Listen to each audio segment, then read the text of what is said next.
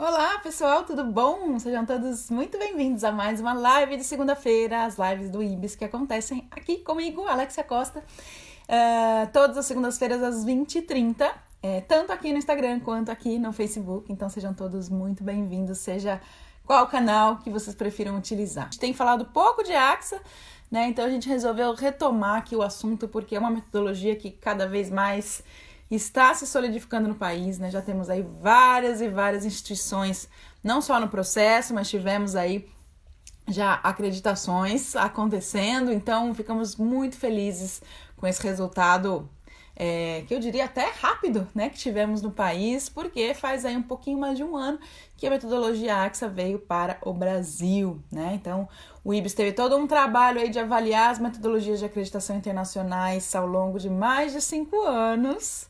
Foi um trabalho extenso, né? Participamos aí de várias reuniões com outras metodologias, avaliamos caso a caso e entendemos que a AXA era uma metodologia que tinha a carinha do perfil das organizações de saúde brasileiras, né? Então, até por ser latina, né? Ter uma origem latina, ter uma origem num sistema de saúde que é um dos melhores do mundo, então a gente entendeu que o sistema de saúde espanhol era um espelho aí muito bacana para a gente vislumbrar melhorias, né, no nosso sistema de saúde. Então, a gente vai falar hoje sobre quais são as práticas que melhoram os resultados assistenciais para as instituições que estão implementando aí a acreditação AXA. Nossa, quanta gente já chegou aqui, não dá para eu citar todo mundo, mas sejam todos muito bem-vindos no Instagram, no Facebook.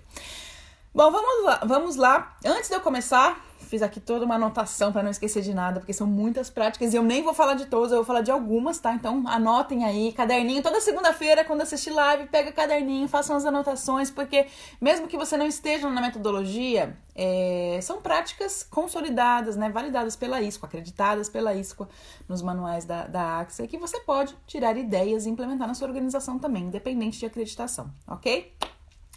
Então, antes de eu começar, eu quero só lembrá-los, eu sei que a maioria aqui já está inscrita, mas a gente está com as inscrições ainda abertas do Workshop Experts para Acreditação em Saúde, tá? Que vai acontecer dos dias 26 a 30 de agosto. Vai ser totalmente online, 100% gratuito e com certificado. Então, é uma oportunidade aí ímpar de vocês aprimorarem o currículo de vocês, não só com conhecimentos, mas também com certificado a mais.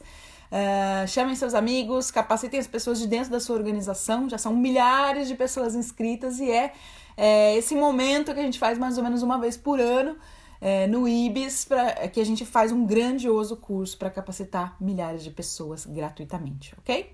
Então sejam muito bem-vindos ao nosso curso. Para quem quer se inscrever, o link está na bio, né? Aquela descrição aqui do Instagram, onde ficam as informações do IBIS. Na hora que vocês abrem a pagininha do IBIS, tem lá o primeiro link, o único link, vocês entram para se inscrever. E no Facebook vocês vão ver na timeline os banners relacionados a esse workshop, tá bom? Então vamos lá, vamos falar então de AXA. E vocês tiverem dúvidas, já vi que tem um monte de avaliadores AXA aqui nos assistindo. Carol, que esteve com a gente na Espanha, é muito legal, foi muito bacana todo esse conhecimento que a gente adquiriu ao longo aí desses 2 anos e pouco de AXA. Até antes da gente levar para o Brasil, a gente já estudava, a gente já fazia capacitações na Espanha, então foi muito bacana e a gente tem um time muito forte aí treinado. Então a primeira prática que eu queria falar para vocês e que é a base da acreditação internacional AXA é o processo de autoavaliação, né? A autoavaliação na metodologia AXA ela é a base porque as organizações, assim que elas entram para o processo, elas têm 1 ano para serem certificadas, para serem acreditadas. Então, nesse 1 ano, existe um processo totalmente estruturado para essa organização olhar para dentro dos seus problemas, olhar para os seus processos, olhar para os seus fluxos assistenciais e, a partir daí, identificar onde estão as fragilidades.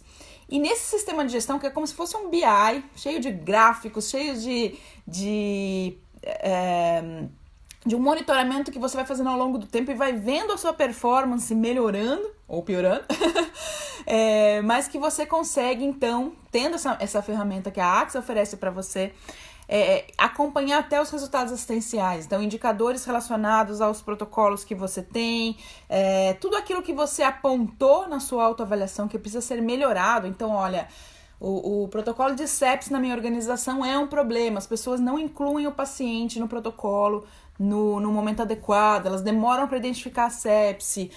Eu tenho fluxos ainda muito caóticos de liberação do antibiótico, de a realização do antibiograma, enfim, o laboratório demora para fazer o lactato, aquilo tudo que a gente já sabe que são problemas de protocolos. Então você vai, nessa autoavaliação, você vai apontando tudo aquilo que você entende que é fragilidade e você tem ferramentas adicionais para você ir monitorando essas melhorias, o que é fantástico e faz com que todas as pessoas da sua organização se envolvam, porque o sistema ele pode ser aí utilizado aí por uma equipe grande de pessoas, tá? Então é muito, muito bacana. Então a autoavaliação é a primeira prática da metodologia AXA, que não é uma prática que temos em todas as metodologias. Por exemplo, na metodologia da ONA não existe autoavaliação, existe uma avaliação externa apenas, né? Então os avaliadores vão lá, fazem um diagnóstico e liberam para você um relatório e você usa aquele relatório, mas é uma amostragem daquilo que os avaliadores viram. Na autoavaliação você consegue ter uma ferramenta onde você explica quais são suas fragilidades e vai trabalhando essas fragilidades, ok? Sempre lembrando que vocês têm um gestor de projetos disponível para cada organização que ajuda, auxilia as organizações na utilização deste sistema. Muito bacana. Próxima prática que ajuda nas práticas assistenciais, a questão do benchmarking estruturado.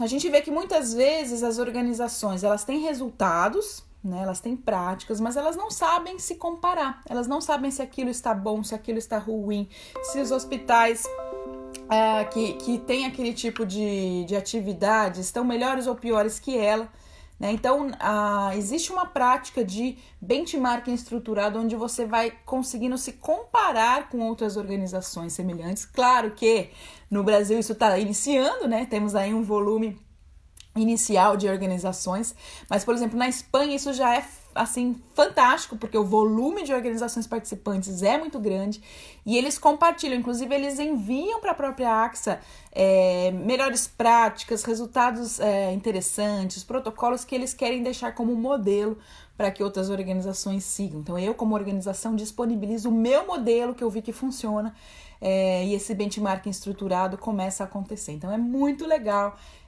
se comparar com instituições que sejam comparáveis a você, né? Hospitais gerais se comparando com hospitais gerais, hospitais cardiológicos se comparando com hospitais cardiológicos e assim por diante. Sempre lembrando que benchmarking tem a ver com perfil de organização. A próxima prática que eu selecionei aqui para vocês, a avaliação da satisfação e experiência do paciente. Então, tanto a satisfação quanto a experiência do paciente são temas que vocês vão vendo ao longo de todo o manual, independente do manual que a sua organização estiver utilizando. Essa opinião do cliente e a questão dos direitos do paciente é algo que, obviamente, a Europa inteira valoriza muito, né? A gente no Brasil ainda está engatinhando nessa questão aí de experiência do paciente, mas para eles já é uma questão sólida. E quando a gente entende, coleta histórias de experiência do paciente, ouve esse paciente, esse familiar, esse cuidador de forma sistematizada e usa essas informações para melhoria, obviamente você melhora resultados assistenciais, você melhora inclusive a adesão desse paciente ao seu plano assistencial, você melhora a adesão do cuidador e da família às orientações que o médico e que a equipe fornecem. Então é muito importante que você valorize a experiência do seu paciente. A próxima prática que eu selecionei para vocês aí, anotem, importantíssimo, as práticas de uso seguro de medicamentos. Para a metodologia AXA, a metodologia europeia de acreditação. Simone Merigo, só entrou para dar oi, seja muito bem-vinda. As práticas de uso seguro de medicamentos, como reconciliação medicamentosa, como manejo de medicações de alto risco, critérios para segurança em todo o ciclo do medicamento, né? Segurança na prescrição, na dispensação, separação, dispensação, administração, devolução dos medicamentos, tudo isso é bastante rigoroso. Questão de bombas de infusão, né? Tem toda aí uma preocupação para a utilização segura. A questão de medicamentos de aparência e nomes semelhantes, alertas sanitários, farmacovigilância, capacitação das pessoas para uso seguro dos medicamentos. Então, essa prática de uso seguro é uma prática bastante fortalecida na AXA, porque a gente sabe, né, o mundo sabe que mais ou menos aí 1 em cada 10 pacientes internados hoje sofre algum tipo de evento adverso ou incidente relacionado ao uso de medicamentos. É muito sério, a gente ainda não toma conta, a gente ainda não gerencia medicamentos da melhor forma nas nossas organizações, sejam hospitalares ou não hospitalares, ok? Socorro falando, muito bom, gostaria de conhecer essas práticas, está começando a conhecer, Socorro, anote aí tudo. Se vocês precisarem voltar no vídeo, lembrando que esse vídeo fica disponível por 24 horas aqui nos stories, tá? Próxima prática que melhora resultado assistencial através da acreditação AXA, questão de ciclos de melhoria formais baseados no PDCA ou PDSA, se você quer usar uma outra terminologia no final, é tudo a mesma base, tá? PDCA, o C é check e PDSA, o S é study, que na verdade é quase a mesma coisa, tá? Mas, independente aí dessa metodologia, a lógica é que você use ciclos de melhoria como estrutura para a sua gestão da qualidade, tá? Então, o tempo todo você vai estar melhorando aquelas fragilidades que você iniciou o contato lá na sua autoavaliação e você vai estabelecendo essas melhorias ao longo do tempo baseado na lógica do PDCA ou PDSA, ok? Então, isso é estruturado e isso faz com que você tenha evidências, inclusive para mostrar no dia da certificação, que você melhorou. Né? Às vezes a gente melhora e não sabe mostrar, às vezes a gente tem resultados assistenciais interessantes e não sabe como evidenciar. Então, essa prática é muito, muito importante. Eis aqui algo que a gente não trabalha nas outras metodologias de acreditação, pelo menos as que estão hoje vigentes no Brasil, que é o controle da variabilidade da prática clínica. Né? A gente sabe hoje, existem movimentos aí no país inteiro, na Slow Medicine, o movimento Choosing Wisely e outros movimentos no mundo inteiro que se preocupam com essa questão de variabilidade da prática clínica. Se a gente, por exemplo, colocar, 10 dermatologistas para tratar uma infecção fúngica de um mesmo paciente, é possível que dos 10, 3 concordem e 7 não concordem. E entre esses 7 existam aí 7 indicações terapêuticas diferentes. E a gente sabe que essa variabilidade da prática clínica é algo preocupante, porque muitas vezes ela não é protocolar, muitas vezes ela não é baseada em evidências, e não só na questão médica, mas inclusive nas questões assistenciais de outros profissionais. Se a gente colocar um fisioterapeuta para fazer uma manobra respiratória num paciente, pode ser que, se ele veio de uma escola X, ele faça de determinada maneira, se ele veio de uma escola Y, ele faça de uma outra maneira. E às vezes essa maneira A é baseada em evidências e a maneira B não é baseada em evidências. Então, essa preocupação em estabelecimento de protocolos, em uso de evidências científicas para estruturar esses protocolos e controlar resultados baseados naquilo que o seu protocolo preconiza, naquilo que a ciência diz que funciona, é muito importante. É fácil? Não, não é fácil. Tá? Mas a gente tem aí meios de envolver, né, o corpo clínico e multiprofissional para que juntos gerenciemos aí esses protocolos relacionados às doenças que são tratadas na nossa organização. Sempre lembrando que cada organização vai ter seus protocolos diferentes, porque depende do perfil de pacientes que você justamente atende, certo? Próxima prática, formação de times de melhoria. Né? A gente sabe que quando a gente se reúne em times para tratar um problema, esse problema ele tem uma capacidade de se resolver numa velocidade muito maior do que se você for tratá-lo de forma isolada. Então, por exemplo, se, o gerenciamento de leitos é um ponto importante que foi identificado na sua autoavaliação. Então, os leitos na minha instituição não giram. O paciente que era para ter tido alta na sexta-feira, ele vai ter alta só na segunda-feira.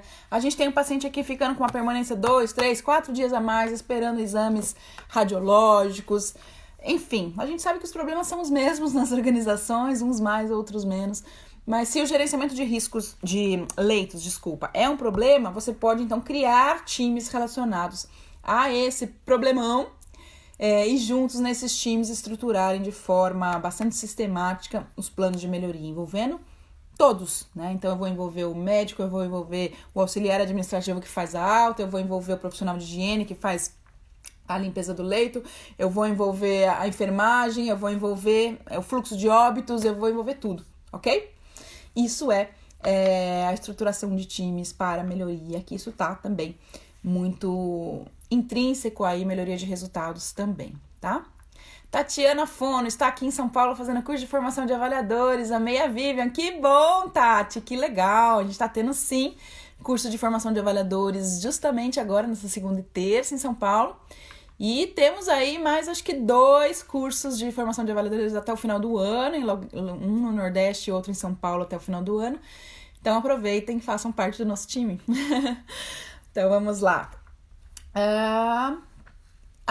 Outra prática aqui importante que a gente não fala muito nas outras metodologias de acreditação e elas são tão importantes, que são as práticas, né, as medidas de restrição e contenção mecânica de pacientes.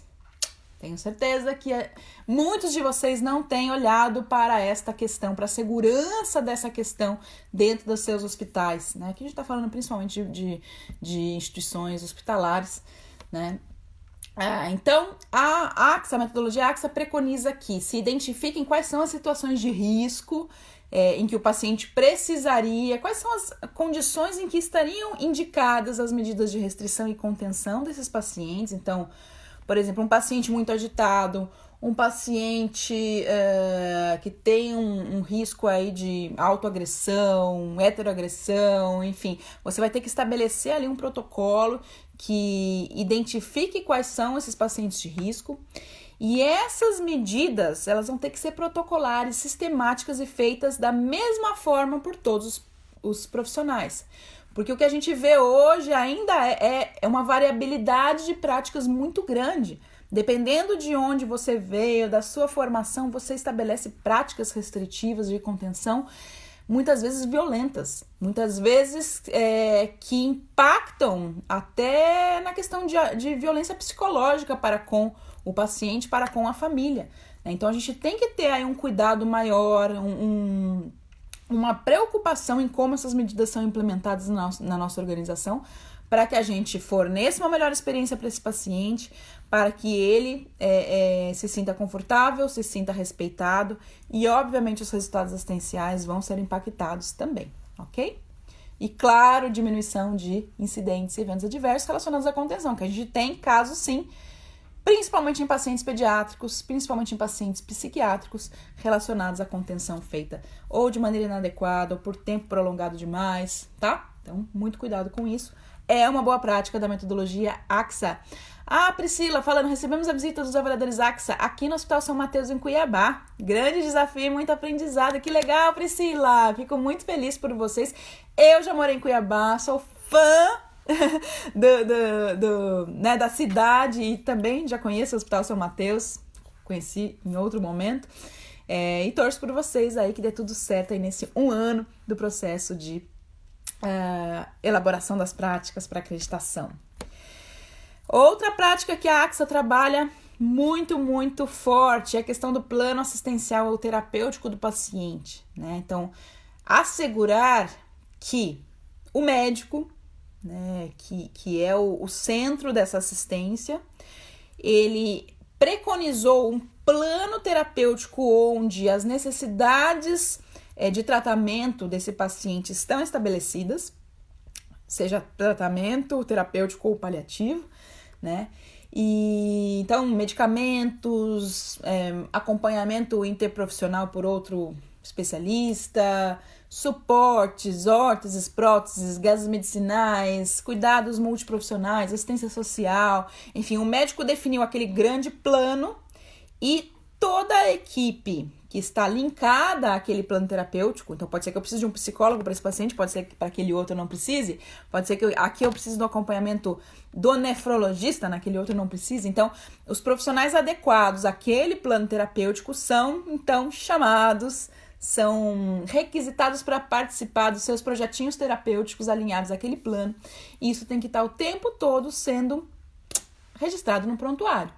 Então, quem fez o plano, como é o plano, se esse plano está sendo seguido, se esse plano está sendo modificado. Pode ser que um paciente de UTI instável, ele tenha esse plano terapêutico modificado todos os dias, porque aquilo que se preconizou para ele no primeiro dia de admissão já não vale mais, ele já é outro paciente agora, né? Então a gente tem que ter esse cuidado. A Maíse falando, boa noite, protocolos nos garantem a segurança do paciente quando seguimos corretamente. Muito bem, é isso mesmo. O protocolo, como a própria palavra diz, ele é protocolar, ele é sistemático, ele tem que ser feito da mesma maneira por todos, né? E é por isso que a gente formaliza. Não é para burocratizar, não é para mostrar para o avaliador, tá? É para garantir a não variabilidade da prática clínica. Bom, a AXA também trabalha uma outra medida, uma outra prática, que são as medidas de comunicação estruturadas. Então, as questões de registros em prontuário, as questões de comunicação verbal. Então, quando é que eu vou permitir, por exemplo, uma prescrição verbal? Existem situações onde a prescrição verbal vai ser aceita, outras não vão ser aceitas. Quais são as medidas de segurança que a minha organização preconiza para isso, e com isso a gente quer o quê? Diminuir incidentes, diminuir eventos adversos e melhorar resultados, certo? Comunicação, lembrando, eu já falei isso aqui diversas vezes nas lives, a comunicação é a causa raiz de cerca de 70% dos eventos adversos em saúde. Isso não sou eu que estou falando, são vários e vários estudos científicos, tá? De anos aí de avaliação dos incidentes em vários hospitais, principalmente americanos e europeus, tá? Então, 70% dos eventos adversos em saúde são causados por falta de falhas na comunicação, tá? Então, comunicação é primordial para a metodologia AXA. Próxima prática é trabalhar a gestão de processos, entendendo processos não como unidades e setores dentro da sua organização, mas entendendo a gestão de processos através da gestão de fluxos assistenciais, tá? Então, você não vai trabalhar o setor UTI, você vai trabalhar o fluxo assistencial do paciente crítico, o fluxo assistencial do paciente cirúrgico, o fluxo assistencial do paciente pediátrico, do paciente mental, do paciente, enfim, né? Quais são os fluxos que você tem na sua organização. Então, você vai começar a entender que esse fluxo tem tudo a ver com a experiência desse paciente, tem tudo a ver com segurança, tem tudo a ver com processos, com melhor desempenho, com melhores resultados, tá? Então, entender que o paciente ele passa por um grande fluxo, às vezes um paciente, às vezes dois, quando a gente está falando, por exemplo, de fluxo materno-infantil, eu tenho que pensar no fluxo da mãe e fluxo do bebê, ou dos bebês. Então, começar a olhar processos não como caixinhas, mas como grandes fluxos com início, processamento, que é o meio, e fim, que é a entrega do seu paciente, seja para alta, seja para uma outra organização, que é a transferência, ou seja para o óbito, tá? São as várias saídas que a gente tem desse paciente. Outra prática importante, tô quase acabando, mas anotem aí porque a gente já falou bastante coisa legal. Abordagem de cuidado para pacientes frágeis e vulneráveis. Também é algo que a gente não trabalha muito nas outras metodologias de acreditação e é tão importante, principalmente pensando que a nossa população mundial está cada dia mais envelhecida. A gente tá a cada censo a gente consegue identificar que as pessoas estão vivendo mais, não só no Brasil, mas no mundo inteiro. Aqui, por exemplo, na Austrália, né, a expectativa de vida, principalmente para o sexo feminino, é de 85 anos. É muito alta. Então, assim, a gente tem que se preocupar com esse paciente, que é um paciente que vai ter, né, problemas maiores de demência, problemas maiores de neoplasias, câncer, problemas maiores de isolamento social, depressão e outras cositas mais que a população mais jovem muitas vezes não tem, não sofre desse tamanho impacto, né? Então, quando a gente fala de abordagem para cuidados de pacientes frágeis e vulneráveis, a gente está falando o quê? Principalmente de identificação e cuidado a esses pacientes que são pluripatológicos, que a gente fala, então com várias comorbidades, várias doenças ao mesmo tempo. Então ele é hipertenso, ele é diabético, ele é cardiopata, mas ele também é um paciente paliativo. Então assim, quanta coisa para um paciente só. Então vamos manejar tudo isso. E também quando a gente fala dessa atenção ao paciente vulnerável, a gente tem que dar muita atenção ao cuidador desse paciente, porque esse paciente às vezes ele não está internado o tempo todo, mas ele está sendo reinternado diversas vezes porque às vezes o próprio cuidador, a estrutura que ele tem em casa não é a ideal. O cuidador não sabe como lidar com a sonda, o cuidador não sabe como lidar com a lesão por pressão, e aí ele volta com esse paciente para o sistema de saúde, né? Então é complicado. Abordagem da dor, próxima prática. Dando boa noite aí para tanta gente que tá chegando, eu tô só vendo os nominhos aqui sem parar. Abordagem da dor, então, a avaliação dessa dor, né? Identificação e avaliação da dor, graduação dessa dor, seja a ferramenta que você tenha na sua organização, a gente não define método nunca, mas você vai ter que ter ferramentas aí para avaliador, dependendo do tipo de paciente que você atende. Pode ser que você tenha ferramenta para o paciente pediátrico, para o paciente geriátrico, para o paciente cirúrgico e para o paciente geral, né? 4 ferramentas diferentes, porque você entendeu que isso é importante para a sua organização. E a partir do momento em que eu identifiquei essa dor, eu tenho que seguir essa dor, garantir que eu estou amenizando essa dor para o paciente, né? Eu estou graduando em outros momentos essa dor e estou oferecendo medidas farmacológicas e não farmacológicas, terapêuticas e baseadas em evidência, claro, porque a gente vê também um monte de horrores, né? O paciente com dor numa graduação altíssima recebendo paracetamol, por exemplo. Então, isso não vai solucionar a dor dele. Então, a gente tem que ter protocolos não só para identificar e avaliar a dor, mas também para tratar a dor baseada em evidência. E a gente tem as evidências aí da Organização Mundial de Saúde e outras evidências que podem ser utilizadas dependendo do perfil do seu paciente. Certo? O foco aqui é qualidade de vida. É melhoria de resultado assistencial? Sim, tá? A gente muitas vezes tem um resultado assistencial ruim, uma não adesão a uma terapia, porque o paciente simplesmente está com dor. Ele não conseguiu seguir o resto da terapia, porque a dor é o interesse dele agora, ele não quer saber do resto da doença, né? Então, isso aqui impacta sim. Outra penúltima prática aqui são os planos de emergência internos e externos, né? Então, assim como nos Estados Unidos, na Europa, eles têm uma preocupação assim exorbitante com os planos de autoproteção, planos de emergência, planos de catástrofes, tudo isso, obviamente, garantindo a segurança desse paciente. E a última prática são as práticas gerais de segurança do paciente. Aqui, a gente vai falar não só as práticas alinhadas às 6 metas de segurança do paciente, as 6 metas mundiais de segurança do paciente, mas também identificar qual é o perfil do seu paciente para que você implemente práticas baseadas nesse perfil. Mas, Alexia, se eu estiver implementando as 6 práticas da OMS, já não basta? Não. não basta, porque se você tem um paciente oncológico na sua organização, você vai ter que ter protocolos de segurança do paciente baseados, por exemplo, em extravasamento de quimioterápicos. Se você tem um paciente radiológico, você vai ter que ter um protocolo de extravasamento de contrastes radiológicos. Se você tem, enfim, um paciente, você trata pacientes hemofílicos, você vai ter que ter todo um cuidado relacionado a esse paciente hemofílico, que não é um cuidado geral, né? Se você tem,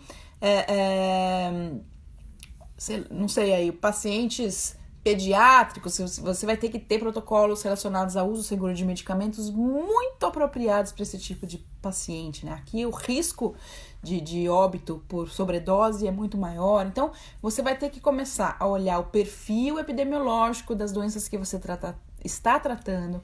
Por isso que a gente fala, né, em todas as metodologias, a importância de você saber quem são esses pacientes que você trata, e isso pode ir mudando ao longo dos anos, tá? Pode ser que você tratava muito paciente materno-infantil, mas a sua organização mudou, a maternidade fechou leitos, você nem tem mais maternidade, enfim, você tem que ir mudando os seus protocolos de acordo com aquilo que você está atendendo, né? Então é importante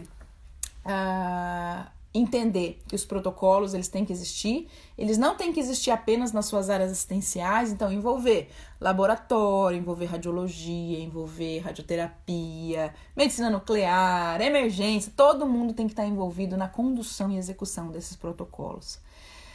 Uau! Carolina Weber, nossa avaliadora, falando, tem muitos critérios avaliados na AXA referentes ao gerenciamento da dor, tem muitos, Carolina, graças a Deus, né? Que bom que a dor é um ponto aí importantíssimo que a metodologia aborda.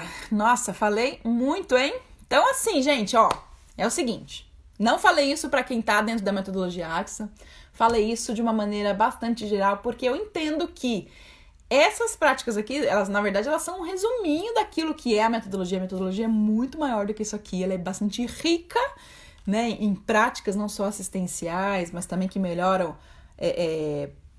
todo o seu processo administrativo, logístico, etc. Mas a assistência é aquilo que é o coração das nossas organizações, né? Então, peguem essas anotações, discutam dentro da sua organização, tentem implementar, quem sabe não seja a hora agora de você avaliar a necessidade de implantar ou de revisar o seu protocolo de dor. Quem sabe a gente não precisaria de um protocolo para pacientes vulneráveis, a gente nunca pensou nisso, né?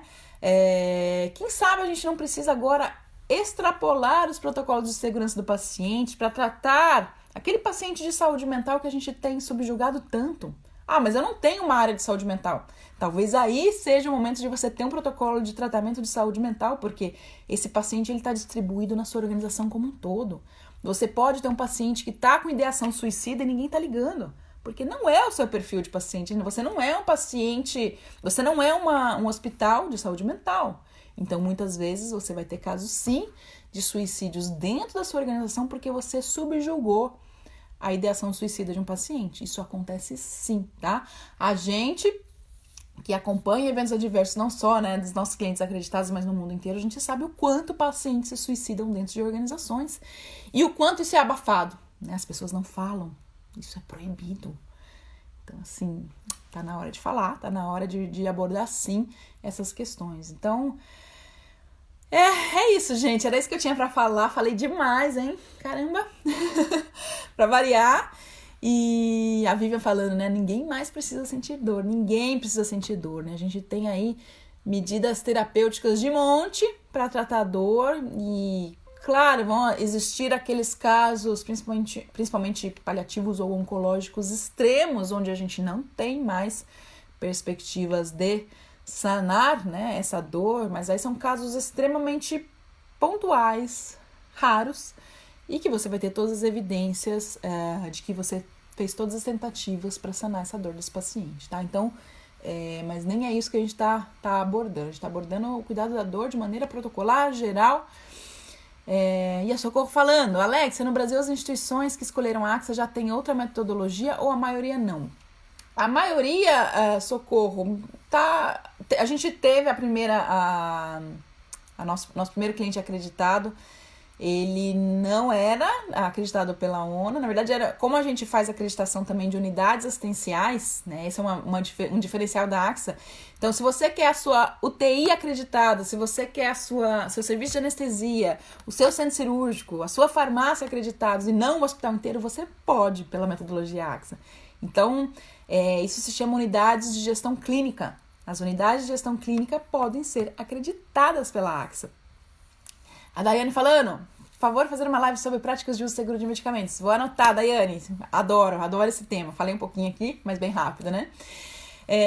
Então, a gente tem esse tipo de acreditação pela AXA, que são as unidades de gestão clínica, mas pra gente tanto faz. Se a organização tem outra metodologia ou se ela não tem outra metodologia, isso não influencia, tá? Porque o processo ele vai ser construído do zero. A autoavaliação é construída do zero e você tem esse período de 1 ano que é suportado por um gestor de projetos, que é suportado pela autoavaliação, que vai te dando esse feedback de como você tá, qual é o seu desempenho e que te ajudam a conquistar essa acreditação aí numa velocidade surpreendente de melhorias, porque você tem base para melhorar, você tem suporte metodológico para melhorar, você tem indicadores que são feitos, independente de você usar planilha de Excel, o sistema te traz essa visualização, você para pensar naquilo que você nunca tinha pensado. Opa, eu nunca tinha pensado que lesão por pressão era um problema real na minha organização, nunca, porque eu nunca tinha olhado para esses números.